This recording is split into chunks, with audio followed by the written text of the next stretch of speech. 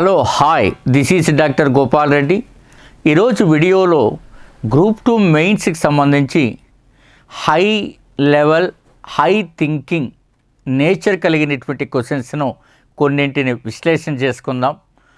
Group 2 మెయిన్స్లో మనం 300 మార్కులకు నిర్వహిస్తున్న ఈ ఎగ్జామ్లో ఎంత టార్గెట్ అయితే మనం జాబ్ను సాధించవచ్చు అనేది అందరిలోనూ ఆందోళన ఉంది. సో ఇలాంటి బిట్లు ప్రాక్టీస్ చేయడం మూలాన మనం తప్పనిసరిగా ఏపీపీఎస్సీ ఎగ్జామ్ హాల్కి వెళ్ళినప్పుడు కాన్ఫిడెంట్గా వెళ్తాం, డెఫినెట్గా మనం ర్యాంకు తీసుకొస్తాం. సో మీరు క్వశ్చన్ బోర్డులో డిస్ప్లే అవుతుంది, చూడండి, మనం చూద్దాం. ఇది మనం ఈ బిట్లన్నీ మిత్రులారా 80 మూల గ్రంథాల నుండి సేకరించినటువంటి బిట్లు మీకు ఇప్పుడు వస్తూ ఉన్నాయి. సో ఇందులో మనం ఫస్ట్ స్టేట్మెంట్స్ చూడండి. మాగల్లు శాసనములో అష్టాదశ తీర్థుల ప్రస్తావన ఉంది. ఫస్ట్ ఇక్కడ వెళ్దాం. మనం క్వశ్చన్లు ఏమి ఇచ్చిన వాడు పై ప్రకటనలో చెల్లుబాటు అయ్యేవి గుర్తించండి అన్నాడు కదా. మనం టైం వేస్ట్ కాకుండా ఉంటుంది. చెల్లుబాటు అయ్యేటివేమి అంటే ఏమిటి? Right statements. ఆ రైట్ స్టేట్మెంట్స్ ఒకేసారి మనం ఆన్సర్ చేసుకుంటూ వస్తాం, మనకు టైం కూడా కలుస్తుంది. మాగల్లు శాసనంలో అష్టాదశ తీర్థుల ప్రస్తావన ఉంది అని అన్నాడు. ఇది కరెక్టా కాదా? ఇది చూడగానే మన క్వశ్చన్ ఏ చాప్టర్కి సంబంధించింది అనిపిస్తుంది? తూర్పు చాళుక్యులకు సంబంధించినది. ఆంధ్రుల సాంఘిక చరిత్రలో మధ్యయుగంలో తూర్పు చాళుక్యులు అనేటువంటి వారు చాలా ప్రాధాన్యతను కలిగి ఉండేటువంటి చాప్టరు తూర్పు చాళుక్యులు మిత్రులారా. మాగల్లు శాస్త్రంలో అష్టాదశ తీర్థుల ప్రస్తావన ఉంది అన్నాడు. Yes, correct. అష్టాదశ అంటే ఎన్ని? 18. అష్టాదశ. మాగల్లు శాస్త్రం చాలా కీలకం. గతంలో ఒకటి ఇచ్చాడు, చూశారు కదా.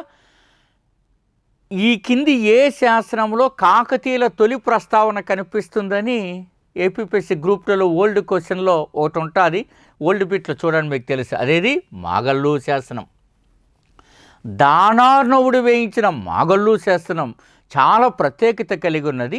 అక్కడ కుటుంబాల వారసత్వ పోరు కూడా వస్తుంది. ఇది మరో వీడియోలో మనం చర్చించుకుందాం.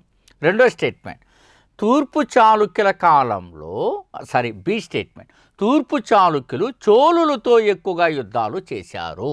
ఇది రైటా రాంగా? తూర్పు చాళుక్యులు అనగానే క్రీస్తు శకం 7వ శతాబ్దంలో ప్రారంభమైన వారి ప్రస్థానం 11వ శతాబ్దం వరకు అది కొనసాగింది. అంటే అనేకమైనటువంటి రాజ్యాలతో వాళ్ళు యుద్ధాలు చేశారు. రాష్ట్రకూటులు, చోళులు, కళ్యాణి చాళుక్యులు, ఒకరా ఇద్దరా? అందుకని మీరు ఇది కూడా బిట్టి మనకు ఎవరెవరితో వాళ్ళు యుద్ధాలు చేశారు? రాష్ట్రకూటులతో వారు యుద్ధాలు చేశారు. అదే రకంగా చోళులతో చేశారు, కళ్యాణి చాళుక్యులతో కూడా యుద్ధాలు చేశారు. మీరు ఇవన్నీ గమనించుంటారు. సో ఇక్కడ ఆన్సర్ ఏంటి అంటే చోళులతో యుద్ధాలు చేసినప్పటికీ ఎక్కువ యుద్ధాలు చేసినది రాష్ట్రకూటులతో. కాబట్టి B is wrong. Next C statement, తూర్పు చాళుక్యుల కాలంలో అష్టాదశ కులాలు ఉండేవి. చాలా ఇంపార్టెంట్. అష్టాదశ అంటే ఇందాక చెప్పాం 18. తూర్పు చాళుక్య యుగంలోనే కులాలు అనేవి ఆవిర్భవించాయని మనకు తెలుస్తుంది. కాపులు, తర్వాత వెలమలు, జంగాలు, తర్వాత అనేకమైనటువంటి కులాలు, ఇవన్నీ కూడా ఇంకా రాష్ట్రకూటుల నుంచి మనకు రట్టోడు నుంచి రెడ్లు, ఇట్లా అనేకమైనటువంటి కులాలు వచ్చాయి. కాబట్టి ఈ స్టేట్మెంట్ రైట్. ఇక డి, తూర్పు చాళుక్య ప్రభువు 2వ అమ్మరాజు జైనాన్ని నిరసించాడు అన్నాడు. ఇక్కడ జైనం ఇంపార్టెంట్. తూర్పు చాళుక్యుల్లో 2వ అమ్మరాజుకి చాలా ప్రత్యేకత ఉన్నది. మన అందరూ ఒకటి గమనించి ఉంటారు, తూర్పు చాళుక్యులలో జైనాన్ని అనుసరించిన రాజులు నిరసించాడు అని స్టేట్మెంట్ ఇచ్చాడు. రాంగ్ కదా? ఎందుకు? జైనాన్ని ఇతను ప్రోత్సహించాడు. వీరి యొక్క పట్టపురాణి కూడా జైన మతాన్ని అవలంబించిందని మీరు చదువుకున్నారు. కాబట్టి ఇక్కడ ఈ స్టేట్మెంట్ రాంగ్. మనకు మిగిలినవి ఏంటి? ఏ మరియు C. This is the right answer. So A మరియు సి. ఇది మీరు గమనించాల్సినటువంటి అంశం. నెక్స్ట్, ఇందాక మీరు ఏపీ హిస్టరీలో ప్రశ్నల సరళిని మీరు గమనించారు, విశ్లేషణ గమనించారు. ఒక్క నిమిషము మీ సమయాన్ని ఉపయోగించుకోవడానికి నన్ను దయచేసి అనుమతించండి. నూతన సంవత్సరంలోకి మీరు రేపు వెళ్ళబోయేటువంటి ఈ సమయంలో నేను మీకు గ్రూప్ 2 సాధించడానికి కావలసిన సాధన సంపత్తి గురించి నేను మాట్లాడతాను మిత్రులారా. స్క్రీన్లో చూడండి, మీరు ఇక్కడ ఇచ్చినటువంటి వాట్సాప్ నెంబర్కి 65 పేజెస్ డెమో పెడతారు మిత్రులారా. ఈ పేజెస్ ఎట్లా ఉంటాయో ఆ రకంగా మీరు ప్రిపేర్ అవ్వండి, డ్యామ్ షూర్గా సక్సెస్ అవుతారు. అంతేకాకుండా మీరు మరొక విశేషాన్ని కూడా నేను మీకు చెప్పదలుచుకున్నా, డౌన్లోడ్ శ్రీ మేఘనా థింక్ ట్యాంక్ యాప్ని మరింత రోబస్ట్గా తయారైంది. ఎవరైనా ఓల్డ్ వాళ్ళు వినియోగిస్తుంటే దాన్ని అన్ఇన్స్టాల్ చేసుకుని ఇన్స్టాల్ చేసి అక్కడ వచ్చిన టెస్ట్ సిరీస్ రాయండి. మిత్రులారా, నేను మీతో మాట్లాడే ముందు మీరు ఒక్క సెకండ్ గమనించండి. ఈ నాలెడ్జ్ని అంతటిని 80 మూల గ్రంథాలు తీసుకుని ఆ మూల గ్రంథాల్లో నుంచి సంగ్రహించి ప్రస్తుత ఏపీపీఎస్సీ ఎగ్జామ్కి తగ్గట్టుగా చూపించడం. మీరు మరొకటి గమనించండి, ఎకానమీ సబ్జెక్ట్ 75 మార్కులుకుంటే ఆ ఎకానమీని ఈరోజు మనం మాట్లాడుకునేటువంటి సమయం వరకు కూడా అప్డేట్ చేయడం జరిగింది. ఆ డాక్యుమెంట్ నేను మీకు సవివరంగా ప్రదర్శిస్తున్నా మిత్రులారా. ఇది ఈ డాక్యుమెంటే రేపు మనకు అనేకమైన బిట్లని అనేక రకాలుగా తీసుకొస్తున్నారు. అట్లాగే మీరు ఇండియన్ ఎకానమీ చూశారు, ఆంధ్రుల సాంఘిక చరిత్ర మీరు చాలాసార్లు మన వీడియోలో చూశారు. ఒక గొప్పమైనటువంటి అవకాశం 25 పుస్తకాల నుంచి రావడం. సైన్స్ అండ్ టెక్నాలజీ అన్ని డిపార్ట్మెంట్స్తో దాన్ని కోఆర్డినేట్ చేసుకుని రూపొందించబడింది 14 సోర్సెస్ నుంచి. అట్లాగే భారత రాజ్యాంగం అనేటువంటిది కూడా 14 సోర్సెస్ నుంచి. ఇదే తెలంగాణ గ్రూప్ 3 సర్వీస్లో 50కి 46 బిట్లు అది వీడియో చూపించాను. మొన్న జరిగిన గ్రూప్ 2లో 50కి 40 బిట్లు. ఇక ఆ 10 బిట్లు వాళ్ళ సిలబస్ 2 యూనిట్లు వేరు, మంద వేరు కాబట్టి అక్కడ పోయింది. మీరు గమనించారా? అంత రావడం అనేది మీరు గమనించుంటారు. సో వీటిని మీరు వినియోగించుకోండి. ఒక్కొక్క సబ్జెక్ట్ 7 to 8 or 10 డేస్లో పర్ఫెక్ట్గా కవర్ చేయగలుగుతారు. మీలో లీవులు దొరకని వాళ్ళు, లేదా సబ్జెక్ట్ ఇంకా కమాండ్ రాని వాళ్ళు, ఎగ్జామ్ ఓరియంటేషన్కి రాకుండా ఉన్నవాళ్ళు అందరూ కూడా ఈ కోర్సులో మీరు ఉపయోగించుకోవచ్చు మిత్రులారా. ఇక ఇక్కడ చూశాను కదా, సిలబస్ని 160 భాగాలు చేసి ఈ 160 భాగాలలో మైక్రో లెవెల్కి తీసుకెళ్ళి ఇప్పుడున్నటువంటి ప్రజెంట్ ఎగ్జామ్ ట్రెండ్కి మీరు తీసుకురాబడినటువంటి ప్రోగ్రాం ఎక్కడని చెక్ చేయండి. ఎవరికైనా అది సాధ్యమవుతుందా మిత్రులారా? 160 భాగాలు 20 యూనిట్లు. ఇది మనం చేసిన ప్రయోగం. అది మీరు శ్రీ మేఘనా థింక్ ట్యాంక్ యాప్ డౌన్లోడ్ చేస్తే మీకు అర్థమవుతుంది. ఇక మీరు ఇక్కడ చూడండి, super mentorship course. Most of them ఏది చదవాలో ఎలా చదవాలో చాలామందికి కన్ఫ్యూజన్ ఉంటుంది. ఆ కన్ఫ్యూజన్ పోయి నేరుగా మీరు ఒక దారిలోకి రావడానికి ఇది ఉపయోగపడుతుంది. ఒక్కొక్క సబ్జెక్ట్ 300 అనేది it's very nominal present day. మీరు గమనించేటారు, సర్వర్ కాస్ట్ కూడా రాదు, కానీ మనం 40 వ్యూహాలు ఒక్కొక్క సబ్జెక్టులో రూపొందించడం జరిగింది మిత్రులారా. వీటిని ఉపయోగించుకుంటారని ఆశిస్తున్నా.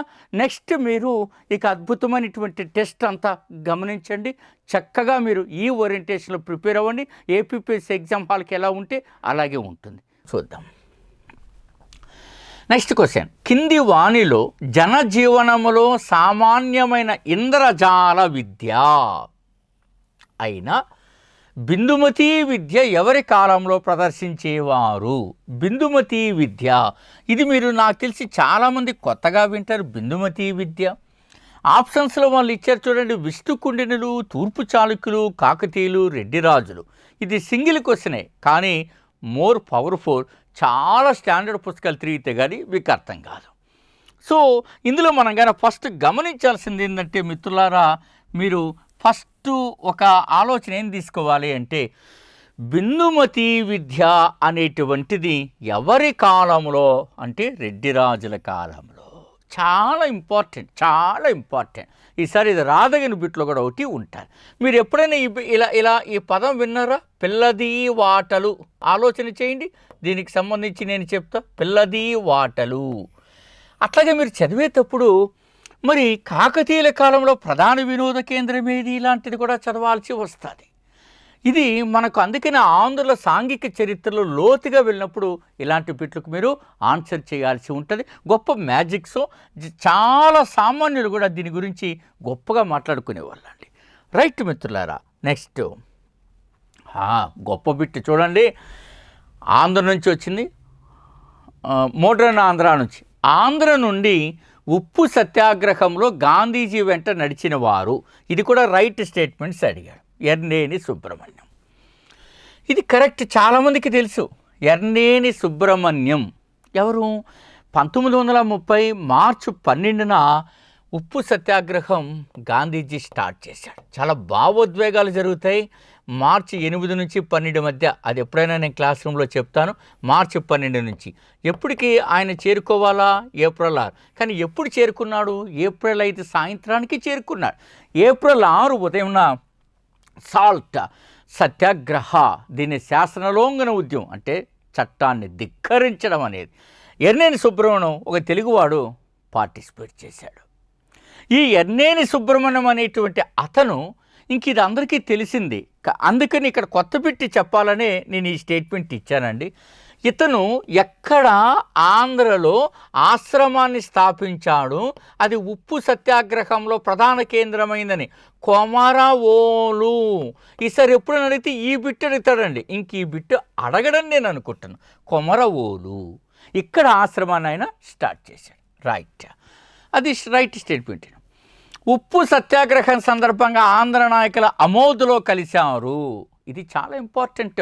ఉప్పు సత్యాగ్రహం అనగానే మీరు కొండ వెంకటప్పయ్య, బులుసు సాంబమూర్తి, టంగుటూరి ప్రకాశం పంతులు, సి రాజగోపాలాచారి, దండు నారాయణరాజు, అనేక మంది, దుర్గాబాయి, దేశ్ముఖ్, గొప్ప గొప్పమైనటువంటి వ్యక్తులు ఆంధ్రలో పార్టిసిపేట్ చేశారు. నిజానికి గాంధీజీ ప్రారంభించిన ఈ ఉద్యమం ఆంధ్ర గొప్ప గొప్ప ప్రజ్వరిల్లింది. వాడవాడల, మూలమూలల, నలుచెరుగుల, దశ దిశలా ఈ ఉప్పు సత్యాగ్రహం జాతీయ రాజకీయ ఉద్యమ రంగంపై తన స్వేచ్ఛా జెండా ఎగరేసిందని చెప్పడంలో ఏమాత్రం సందేహం లేదు నాకైతే. కాబట్టి ఇది గాంధీజీని ఎక్కడ కలిశారు ఉప్పు సందర్భంగా అంటే దిస్ ఈజ్ రాంగ్. ఆంధ్ర నాయకులు ఇది రాంగ్ అన్నమాట, గుజరాత్లో. ఇది చాలా ఇంపార్టెంట్ అండి, ఇట్లాంటివి అడిగినప్పుడు స్టేట్మెంట్స్ అండి.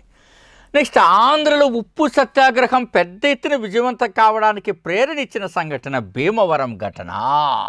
ఇది రైట్. ఇందాక చెప్పానే, భీమవరం కేంద్రంగా దండు నారాయణరాజు ప్రేరేపించిన ఈ సంఘటన ఆంధ్రలో చాలా గొప్ప మోటివేట్ అయ్యారు. ఆంధ్ర ప్రజలు చాలా ఉత్సాహానికి గురయ్యారు. కాబట్టి ఇది రైట్. అంటే ఏ మరియు సి, ఇక్కడ కూడా 2 ఆన్సర్ అయిందండి, ఏ మరియు సి.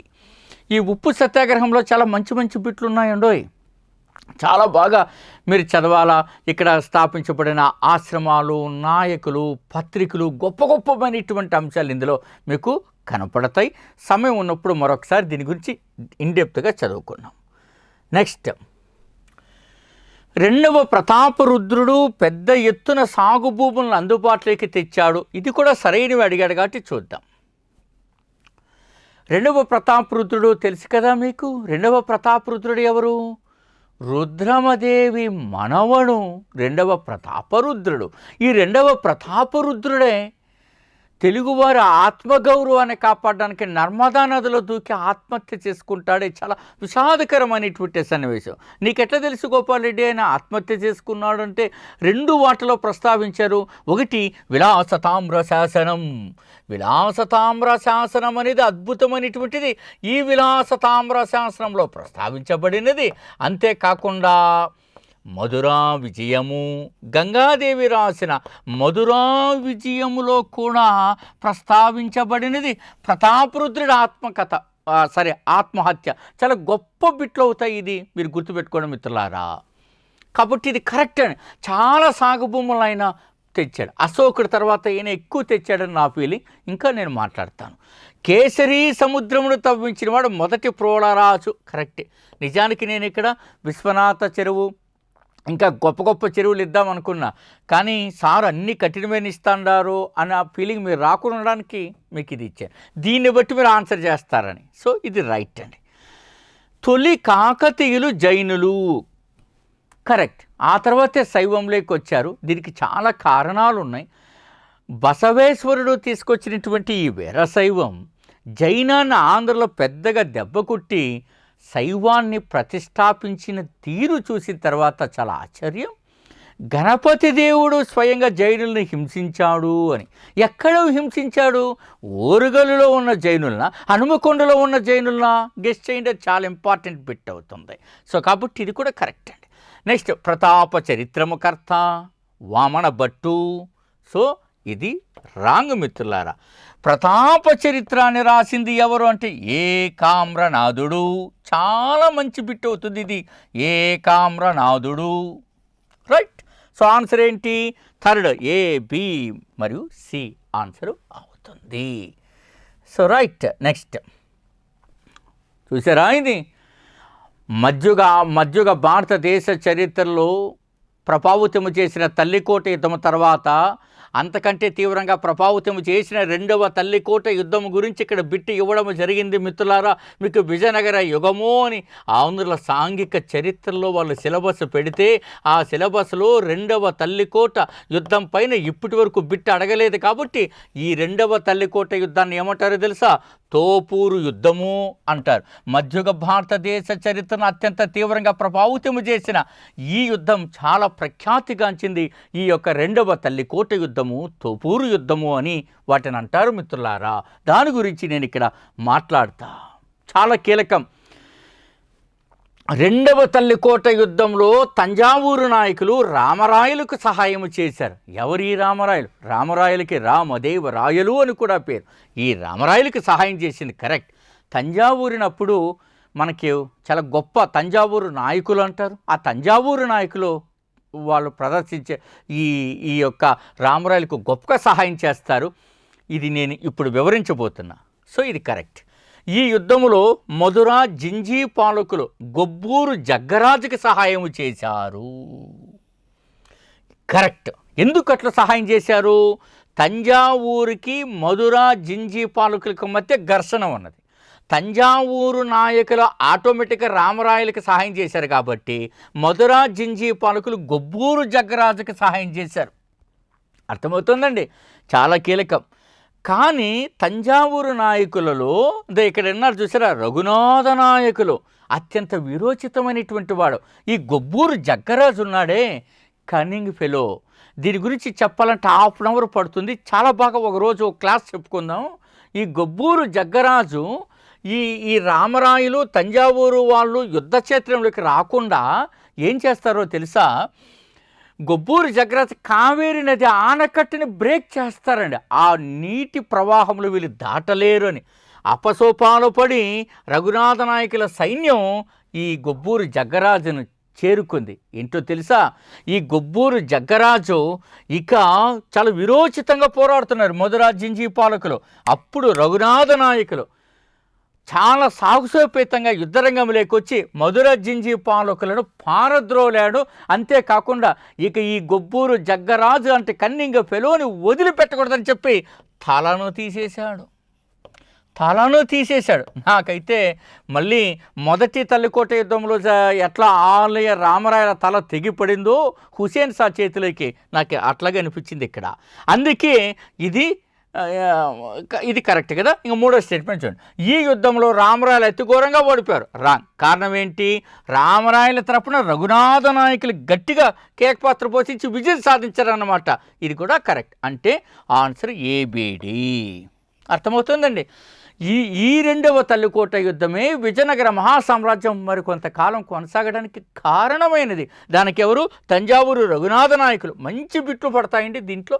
ఈ రకంగా మనం టెస్ట్ సిరీస్ని మీరు అనాలిసిస్ చేసుకున్నారు. సో మీరు చదివేటప్పుడు కూడా ఇలాంటివి చక్కగా చదవండి. నేను మీకు ఒక సలహా ఇవ్వదలుచుకున్నాను. ఇలాంటి వీడియోస్ మరిన్ని చేస్తూ ఉంటాను. మీరు ఎన్ని సంవత్సరాలు చదివారు అన్నది కాదండి. దయచేసి నేను చెప్పి ఈ ఒక్క మాట వినండి.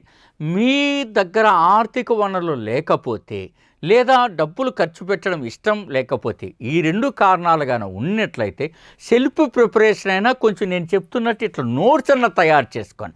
ప్రైవేటు పుస్తకాలపైన ఆధారపడితే మన బతుకు ఆగమాగమవుతుంది, అల్లకల్లోలం అవుతుంది. అందుకే మనం 80 మూల గ్రంథాల నుండి ఇట్లా తయారు చేసుకోవాలి మిత్రులారా. ఇది 25 పుస్తకాల నుంచి వచ్చినటువంటి అద్భుతమైనటువంటి గ్రంథం.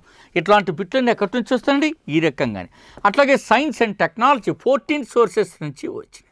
అట్లాగే మీరు భారత రాజ్యాంగం ఎట్లాగా తయారు చేసాం చూడండి. ఇంకా ఎకానమీ ఇప్పుడు బడ్జెట్ అండ్ సర్వేతో అప్డేట్ అవుతున్నాయి కాబట్టి నేను స్టూడియోకి తీసుకురాలేదు. మీరు ఈ రకంగా మీరు ప్రయత్నం చేయాలి.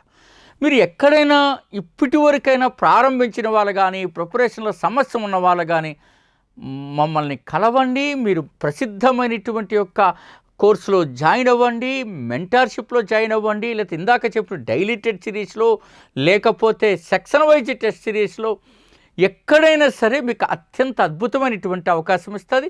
శ్రీ మేఘనాథ్ థింక్ ట్యాంక్ యాప్ని డౌన్లోడ్ చేసుకోండి, ఆ నెంబర్కి వాట్సాప్ పెట్టండి, తప్పనిసరిగా మీకు మంచి ప్రయత్నం జరుగుతుంది. ఆంధ్ర రాష్ట్ర చరిత్రలో కాదు, ఎక్కడైనా సరే మీరు ఢిల్లీ వరకు కూడా మనం తయారు చేసిన క్వశ్చన్ కానీ, పుస్తకాలు కానీ, చెప్తున్న విశ్లేషణ కానీ ఎక్కడైనా కంపేర్ చేసుకోండి. మా కష్టాన్ని, మేధో కష్టాన్ని దయచేసి గుర్తించమని కోరుతూ ఎప్పట్లాగే మీ విద్యను కాంక్షిస్తూ మీ డాక్టర్ గోపాల్ డే.